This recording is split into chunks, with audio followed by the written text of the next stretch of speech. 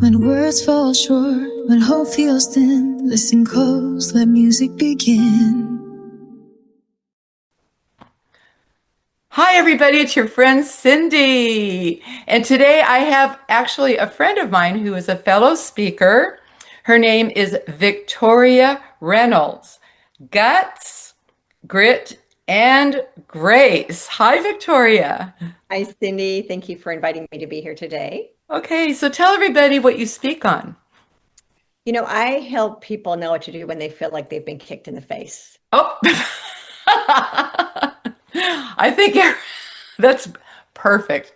For so many people, I know my little daughter right now, she feels like she's gotten kicked in the face, and you help people how to deal with that. Sounds like there's a story here. What's your story? Oh, there's a lot of them. This particular concept came to me after my daughter got kicked in the face. And so what happened one day is we were at the pool. My kids were a little bit younger. They're young adults now, but this is about 10 years ago. And we were all swimming. We were at a birthday party. And my daughter had her goggles on, and she came up out of the pool and she's screaming, "Mommy, mommy, mommy, I got kicked in the face." And the goggles were sucking her eyeballs out. Like I could see Oh, her. She said, "My eyeballs are getting sucked out, Mom." And she's screaming and crying. The oh other my people are gosh. screaming. Moms are running around panicking. Yeah. So I pulled my daughter out of the pool and I sat with that. I looked at her, I looked at the situation, and what I realized was there's pressure that needs to be released.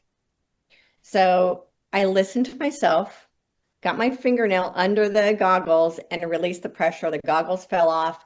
Turned out that she was fine. But what happened in that process was one, I had to have the guts to look at the situation different than everybody else that was panicking, who are all screaming at me to pull the goggles off. Stop and listen, because the last thing you want to do is pull on the pressure and make more pressure. Then the grit to do what needs to be done. So I looked around, I found one mom that wasn't panicking. And I said, "You go to the office and get some ice." And then the grace is to be there and be present and hold in calm rather than freaking out with everybody else and do what needs to be done. And that's when I started realizing, oh, there's actually something here. And then I started looking at my life and looking at some of the greatest leaders across the planet. And in my own life, there was this, it started with the guts to not be who I was being told I needed to be. Now, Cindy, I grew up in this polygamist cult in Montana.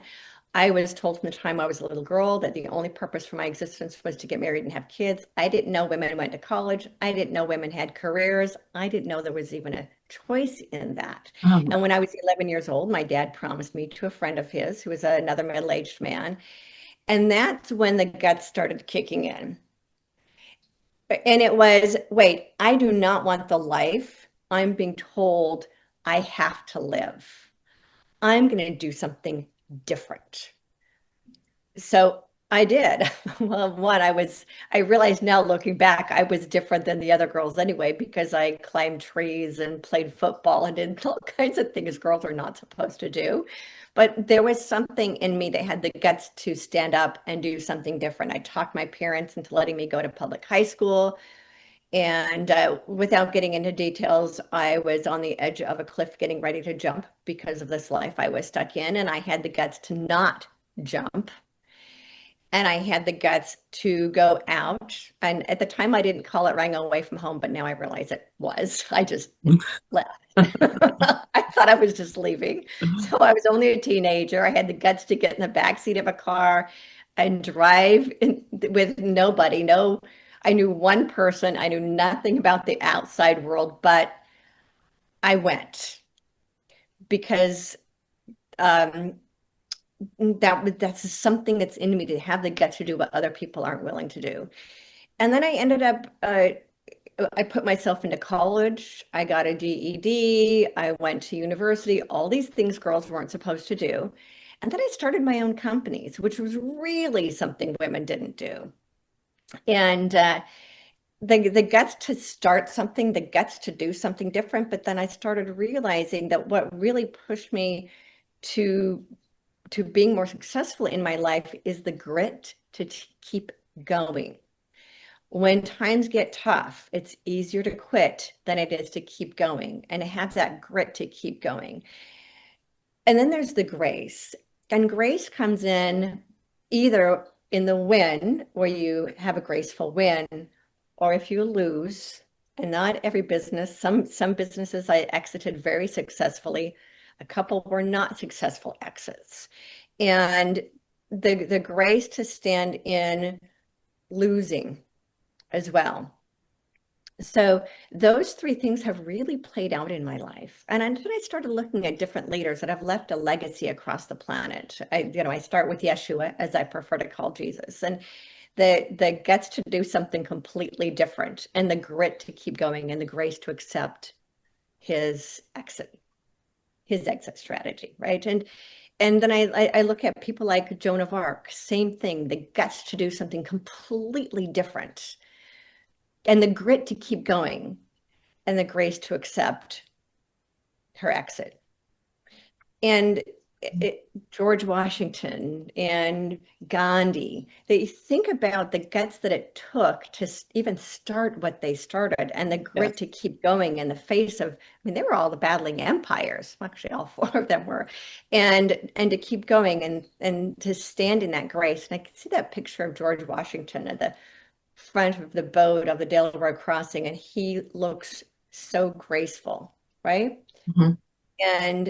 And then the grace to step back and not become another king,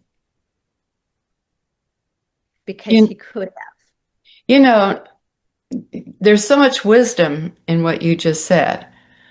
And it's beautiful. I love what you're doing.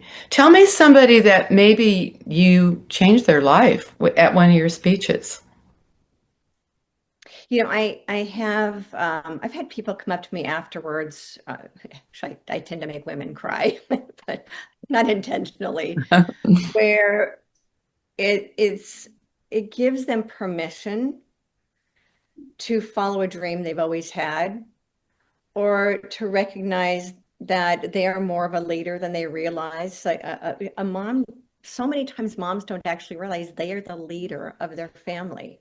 And we run up again, even as moms, up against situations where we have to step up and be the leader and pull out the guts and the grit and the grace to face those challenges. And then I've had women founders, business owners come up to me and thank me for presenting this in a way that allows them to hold in their feminine, even when they're in a masculine role. And then I've also had one client that would call me every time she had an issue, because I could see things differently than all the other advisors that she was going to. And that, of course, that means a lot to know that there's always all of these other options, but I'm the one that they choose because of the graciousness that I bring to working with my clients. Oh, I love what you're doing. It's so important. And I'm doing these podcasts, and the more I do these podcasts and talk to women speakers, the more I absolutely know that their change in the world that's happening right now will be supported by the feminine voice. It's the feminine, it's what we have to offer as women, and I see that changing. So tell me a song that inspires you. So there's a song from The Greatest Showman, which is, I love. That's the only music I've bought an entire album of since the 1980s, but The Greatest Showman soundtrack. Love all the songs on there. But there's one where she sings about, look out, here I come, I'm marching to the beat of my own drum. And that really, for me, that encapsulates who I am, who I've always been, and the courage it takes to step out and be yourself and be true to who you are, and not fold to the expectations of society, whatever that society is that you come from or that you're presently in, and have that boldness to say, this is who I am. Yes. Oh, I Every time love I it. hear a song, oh, yeah.